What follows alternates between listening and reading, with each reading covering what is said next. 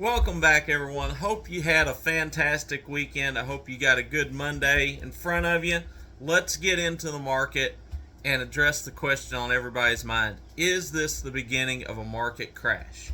So the Hong Kong markets closed all down yesterday. We've got crypto pulling back, and looking at the S&P in the pre-market, we are down 1.14%. So pretty significant down already today. Now, is that going to just continue? In my opinion, I do look for us to have a down day. Now, whether it stays this bad, I don't know. But I am looking to see a pullback today. So we're going to have to look for buying opportunities. That's all we can do. I'm going to be keeping a very close eye on Coinbase, because I'm still expecting crypto to get a pump. Now, it doesn't mean that we're not going to have a few more down days first, but I'm going to look and see how Coinbase reacts. If I start seeing it falling a lot faster than crypto, then I'm going to be looking to pick up some shares of it. I'm going to be keeping a close eye on crypto because we bought some crypto over the weekend. We're still good on most of those positions. We're back down to about where we bought them at. So if you missed buying in over the weekend on some crypto and you want some crypto exposure, definitely go look at my video from Saturday morning and look at the levels, look at what we were buying there. You're going to want to check those out. Now, another stock I want you to keep an eye on, we traded this last week, made some money on it, and that is Verb, ticker symbol VERB. Now, we bought it at just a little over 48 cents, traded it up at 51 cents, made a nice return on that.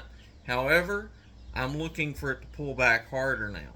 If we have a pretty down day, I would really like to pick up Verb at about 40 cents. Now, I think 40 cents would be a fantastic buy for this one, and I'd go check that out if I was you. You know, if you're looking to pick something up today, I think there's good potential on that. And it's a company that, you know, I don't think you're going to lose any money in it, because even if you get stuck in it for a few days, I do believe it's on an uptrend. Let's see what else we got here that I'm going to be really watching today. I tell you what, I'm going to be watching Apple. Apple's been up there, but it could pull back down today where we could see it in a trading range. Let's look at our Fibonacci lines on Apple. If Apple was to fall back toward about the 165 range, then we could see it bounce off that 165 and have a nice little trade back up toward the 170. So that's just something, if you want a good solid company, I recommend everybody should own some Apple long term. Apple is just about my favorite long term hold stock. And I think that there's some good potential there in that range. There could be a little trade. I wouldn't go all in. I wouldn't go heavy because we are descending. We could break through that Fibonacci line and fall down further. But for a nice starter position, there could be potential there. And, you know, like I said, it's really hard this morning to kind of pick. First of the week's always the hardest for me, Monday mornings, because you just never know what's going on. We've still got our positions that we're holding from last week. If I see a great opportunity to average down on them, I will.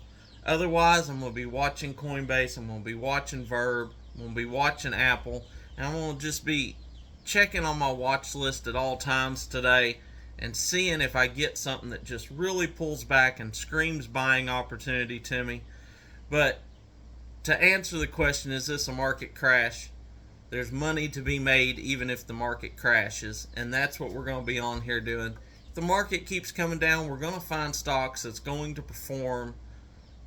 It doesn't matter how bad the day is, somewhere there's a stock going up. We try to find those. We try to find that volatility, and that's how you make money, regardless whether the market's going up or down, without the risk of being exposed to trying to short the market, because ultimately you're betting that the United States as an industry is going down when you're shorting against the markets. I like to be more bullish than that. I hate betting against the economy. Sometimes that's what's called for, but in this particular instance, let's see how the day falls. Let's look for some good buying opportunities, and we're going to make some money together. So until next time, be blessed. Remember, never trade with your emotions. Always trade by the numbers.